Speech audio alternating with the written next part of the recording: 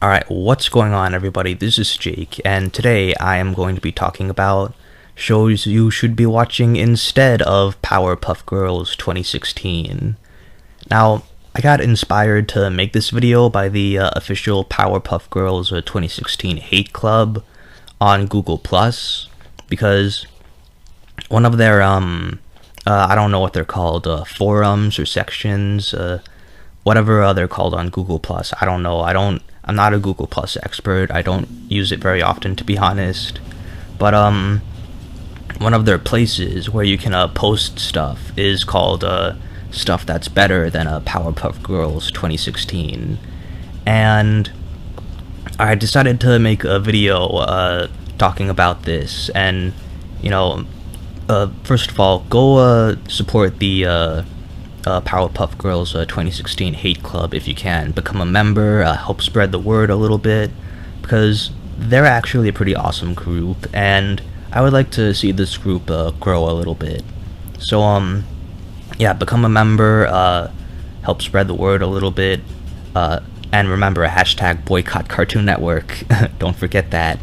And yeah, I just wanted to make this video because of them, and to help spread the word about other great shows that you should be watching and supporting instead of Powerpuff Girls 2016. And I feel like in order to really get the message across that we don't want this show, we need to boycott all of Cartoon Network, stop watching it altogether until they cancel the show.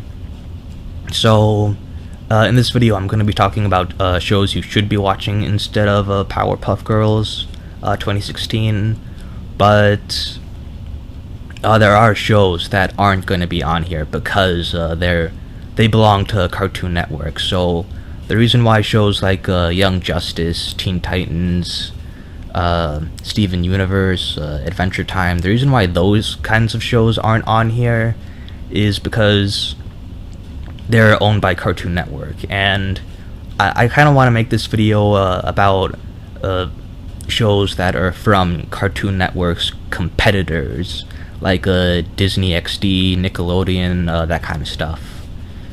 So yeah, with that out of the way, let's get into it. These are shows that you should watch instead of Powerpuff Girls 2016. Coming in as the first show on the list, Wander Over Yonder. Now, the reason why I decided to talk about this show first is because it's a show that's actually made by Craig McCracken, the creator of the original Powerpuff Girls. So for all fans of Powerpuff Girls, that makes this an automatic must-watch for all fans, just automatically. So the premise for this show is that there's this evil bad guy called Lord Hater, and he wants to take over the galaxy. And the main character, Wander, he doesn't see him as a bad guy at all. He doesn't see him as a threat. He doesn't see him as a tyrant or anything. He just sees him as a normal guy, and he's just such a likable, naive, happy-go-lucky character. You know, the kind of character that wants to be friends with everybody, and he goes up to Lord Hater, and he just wants to be friends with him. And it's like, oh my god, this show is just absolutely hilarious. Lord Hater absolutely hates Wander. Wander absolutely adores Lord Hater. And it's like, oh my god, I've never laughed so many times watching a kid show. This might actually be the funniest kid show I've ever seen. I cannot tell you how many times I've laughed out loud watching this. But yeah, it's absolutely hilarious. So if you just want to have a few good laughs, then this show's pretty good. But if you also like really likable characters and chemistry between characters, this is great. So yeah, I highly recommend Wander Over Yonder to anybody, really, because it's just such a great show. Kids can enjoy it. Some adults can enjoy it. It has that kind of humor, not the kind of humor that only adults will get, but the kind of humor that anybody can laugh at. and it's just an overall great show. It is unfortunate, though, that it got canceled after its second season, which kind of sucks. Well, actually, it doesn't kind of suck. It really sucks, because this really was a great show. And I hope Craig McCracken I hope he makes more shows like this. So, yeah, Wander Over Yonder, great show. Watch it. Up next on the list is a show I absolutely loved when I was a kid. I adored this show. My Life as a Teenage Robot.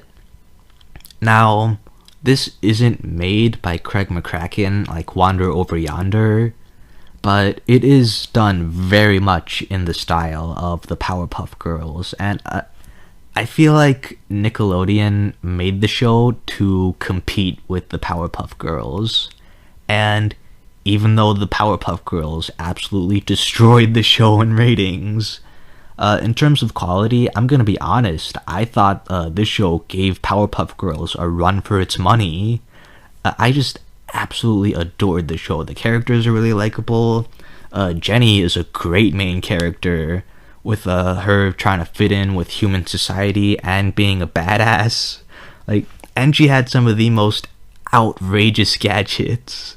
They were over the top, they were convenient, they were, a lot of the time, they were just outright unnecessary, but they were all badass. And this was just an overall great show. I feel like anybody who's a big fan of the Powerpuff Girls can really get into this show too. And unfortunately, like Wander Over Yonder, it didn't get the ratings they wanted, so they canceled it after its third season, which is really unfortunate. But recently, Nickelodeon has been bringing back some of their older shows. They're bringing back Ren and Stimpy. They're bringing back Rocko's Modern Life. There are rumors that they're bringing back Danny Phantom. And I really hope that they bring the show back too. Maybe we can make our voices heard a little bit, buy some of the DVDs, kind of nudge at Nickelodeon a little bit, hey, you're bringing some of these older shows back, why not bring this one back, I really hope the show does come back and it gets the treatment it deserves. So, yeah, My Life as a Teenage Robot, awesome show. And up next is another show that's kind of about girl power in a way, I guess. A Star versus the Forces of Evil. Now, I haven't really seen too much of the show, to be honest, but from what I have seen, this show is pretty hilarious. So, it's basically about this girl who gets this magic wand for her 14th birthday, but she pretty much proves that she's not ready to possess the wand. So instead of taking it away from her, her parents decide to send her off to Earth. Because that's a good idea. Sending your daughter, who clearly isn't supposed to possess this kind of weapon, to a place where she can rain tyranny everywhere. That's a good idea. But yeah, the show's actually pretty funny. The main character, Star, she's really quirky. Again, I haven't really seen too much of the show, so I can't really say too much of it, but from what I've seen, it's pretty awesome. It's funny, the action is actually kind of cool, the animation is pretty good, even though I'm not too big of a fan of digital animation, but it didn't take me too long to get used to this, and I actually kind of like the animation in this show. But yeah, that's kind of all I can say about the show, because I haven't really seen too much of it. But yeah, from what I have seen, I think I can highly recommend this to pretty much anybody. But Star versus the Forces of Evil, pretty good show. Up next on the list is actually, you know what? This is a show I mentioned briefly before, so I'm just gonna let you guys guess. I'm gonna let you guess. All right, did you guess? Because it is Danny Phantom. Oh my god, bruh. The show was awesome. This was another one of my favorite shows as a kid. Like, if you don't know what a Danny Phantom is, it's basically about this kid called Danny Fenton. Get it? Because Fenton sounds like phantom. But anyway, he pretty much turns a half ghost, and you know that's the show. He's half ghost, and he goes around beating up other ghosts to protect people, and it's basically Ghostbusters if Ghostbusters was fucking awesome. No. Ghostbusters is awesome, but in its own way, in a comedic way. Danny Phantom is awesome in an action way. You know, like, he's a phantom. Oh my god. Ah, that just brought back so many memories of the opening. He's a phantom. Oh my god, I love that theme song. Oh, so many good memories. Anyway, this show was awesome. The characters were great, the animation was great, the action was great. A lot of the ghosts were pretty awesome. They were really creative, they were inventive, and some of them were just outright hilarious. Does anybody remember the box ghost? I am the box ghost. Oh my god, so good. So yeah, Danny Phantom, awesome show. Watch it. Alright, up next on the list. It might seem like a bit of an odd show for some people to put on here, but just hear me out. Rugrats. Alright, hear me out. One of my favorite things about the original Powerpuff Girls were the girls themselves, the way they interacted with each other, their chemistry with each other, their chemistry with other characters, and the way they viewed things. And you kind of get the same thing from Rugrats. You get character interactions, character chemistry. You get to see the world through the eyes of babies. So that's kind of the main reason why I put Rugrats here.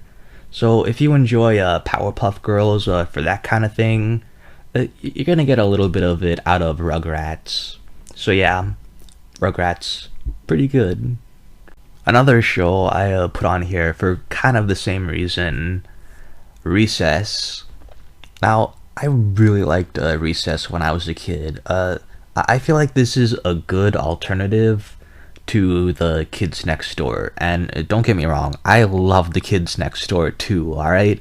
That was another great show, and it was probably better than Recess, but I feel like Recess is a bit more relatable and a bit more realistic, because you get the sense that these are like real kids, and you get great personalities, great chemistry with each other, great interactions, and it just brings you back to the good old days of elementary school. So yeah, that's kind of the main reason why I put it on here. Similar reasons to Rugrats, and it kind of like brings back a couple of memories from elementary years of your childhood. So yeah, Recess, another good show. Up next on the list is another show I got into fairly recently, and that is The Loud House. Now, I don't think it's any lie that Nickelodeon isn't really what they used to be.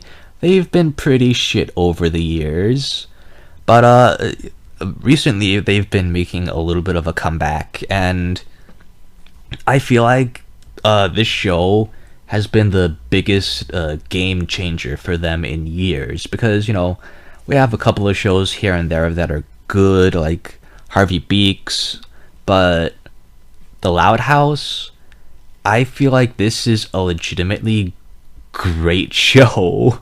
I'm not even that far into it yet, and it's a new show, and it's already up there with some of my favorite Nickelodeon shows, and it's just so good. So if you don't know what the show's about, it's basically about this kid called Lincoln, and he has 10 sisters. Just try to imagine that. 10 sisters. Oh my god. If you have 10 fucking siblings, your parents need to learn how to use condoms, alright? But, no, anyway. The show's great. All the sisters have great personalities. All the characters have a great chemistry with each other. Kind of like Rugrats and Recess, which I mentioned before. And, I think the thing that separates The Loud House from those other shows is the fact that all the characters are siblings, and anybody who has siblings who are watching the show can relate. But yeah, The Loud House, I feel like this is a great show, and I hope Nickelodeon does make more shows like this. I really hope the show doesn't get cancelled. God damn it, Nickelodeon, do not cancel this shit. Please. Please.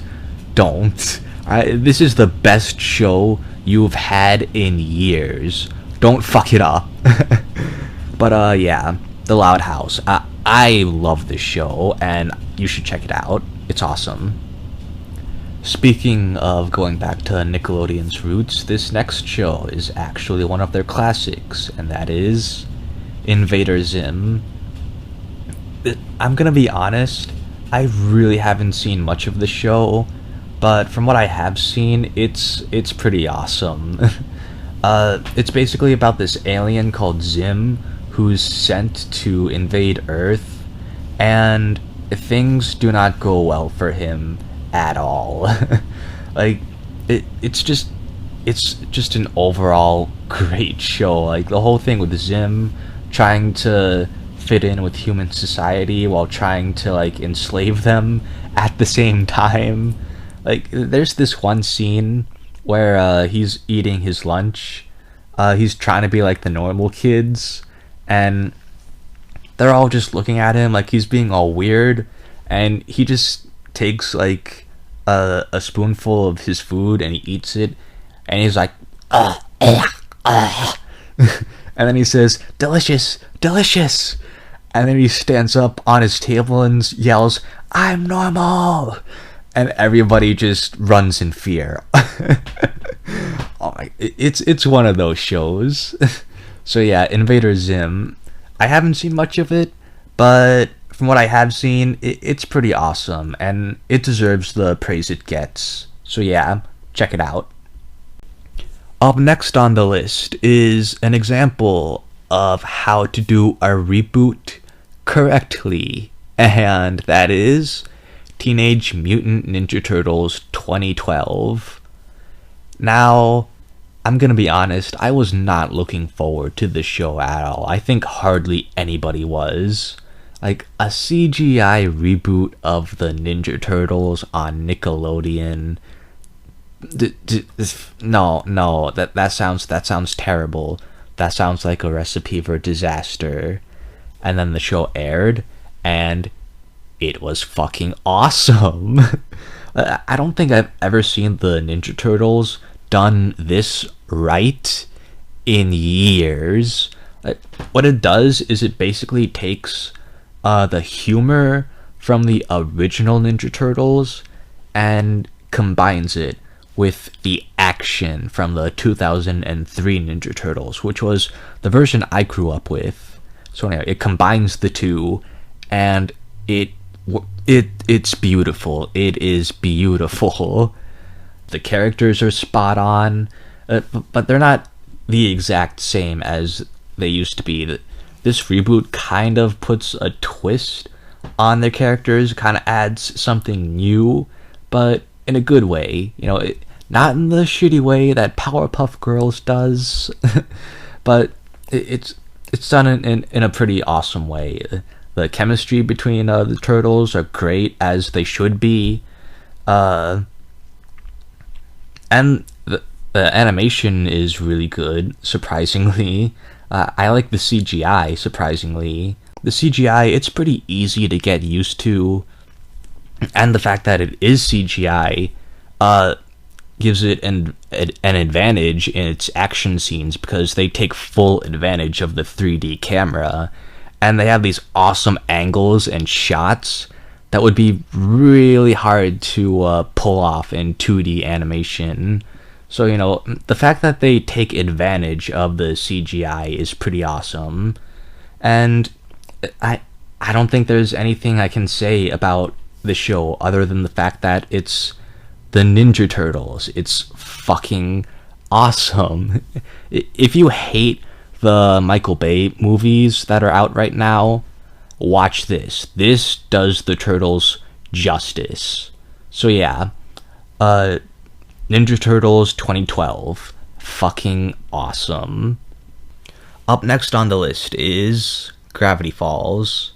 Now, I'm gonna be honest, I really haven't seen too many episodes of Gravity Falls, and even if I had, I feel like this is one of those shows you need to go into blind, because it's one of those shows with an ongoing mystery story, and it builds up to an epic ending, and I feel like you're gonna get more out of it if you go into the beginning blind, not knowing what to expect. So yeah, Gravity Falls, I highly recommend it, even though I haven't seen too much of it, and I can't really tell you too much about it. I can tell you this much though, it's better than the Powerpuff Girls reboot, alright? That is for damn certain. Up next on the list is Avatar: The Last Airbender. Now, again, this is a show I haven't really seen too much of, but from what I have seen, it's pretty fucking awesome. If I didn't know any better, I would say that this is an actual anime, because you can tell the inspiration is there, but because we know better, and we know it's made in America, we know that it's inspired by anime, but if we didn't know any better, we would say this came straight from Japan. But yeah, from what I have seen, it really is a good show. I haven't seen too much of it, so I can't say it's amazing, but I have a feeling it is building up to something that's amazing. Aang is a really likable main character. Some of the supporting characters are really good. Zuko seems like a pretty cool villain so far. So yeah, I'm not really an expert when it comes to Avatar. I only just got into it recently, but you know, you can probably look up videos on YouTube that go much more in detail than I am right now. But yeah, Avatar. I haven't seen much of it, but I highly recommend it, especially if you're a big anime fan. And the last show on this list, or at least for now, I might make another video just like this one, but you know, only time will tell. This will be the last one for now. Anyway, the last show on this list is the one I personally believe to be the best, which is why I saved it for last. Anyway, the last show on this list is Star Wars Rebels. Oh my god. Bruh. I'm gonna be honest, I was not a big fan of the Clone Wars, that other CGI show. I didn't think it was bad, I just thought it was boring, and I didn't want to have to sit through 100 episodes just to wait for Darth Maul to show up. But anyway, that's my honest opinion on the Clone Wars. It's not bad, but it's pretty fucking boring, to be honest. This show is like oh my god, bruh. I'm a little bit past halfway of the first season, so I'm not that into it. But from what I've seen, this is actually one of my favorite shows. I'm working on videos talking about the episodes individually, or at least I'm hoping to. I don't know if you guys want to see that, or if you just want to see me review the whole first season instead of each episode individually. Tell me in the comments below how you want me to review this. But anyway, it's fucking good. Holy shit. Like, all the complaints I had about the Clone Wars, Rebels fixes. It fixes everything. The characters have personality. They have great chemistry with each other. There's build up. There are no bullshit filler episodes. Well, there are a few filler episodes here and there. Like, I don't want to spoil it, but there's a character that shows up in one of them, and where they have to like deliver some goods. I feel like that episode was kind of filler-ish, but aside from that, what I've seen so far has been nothing but build-up and development, and it's like every episode just gets better and better. Like, I made a video talking about my first impressions of the show and how I thought it was really good. My thoughts on the show have gone so much higher ever since. Like, this show is just so fucking good. Like I said before, the chemistry between the characters are great, the development is great, the build-up is great, the animation is great. Holy shit. But this pretty much does the same thing that the Ninja Turtles reboot does. It takes full advantage of the CGI, and it is gorgeous. Oh my god. Like, if you did not like the Clone Wars TV show like I did, I will guarantee you will absolutely adore this. It is so good, so good. Oh my god. I'm gonna have to make an entirely separate video talking about Rebels, and hopefully I'll make separate videos talking about each and every one of these shows individually. But I mean, I really can't wait to get to talking about Rebels in a video. Oh my god, it's gonna be so good. But yeah, Rebels, I haven't seen much of it, but from what I have seen, it is fucking amazing. But then again, I'm probably being a little biased because I'm a pretty big Star Wars fanboy, mainly of the original trilogy. Fuck the prequels. But yeah, Star Wars Rebels. I highly recommend this, and especially if you are a fan of the original Star Wars trilogy, I guarantee you will love this. So yeah, that should just about do it for this video. Tell me in the comments below what you think about this. Do you agree with any of these shows? Did I bring back your childhood a little bit? Did I give you any feels? And what shows would you recommend to people who hate the new Powerpuff Girls?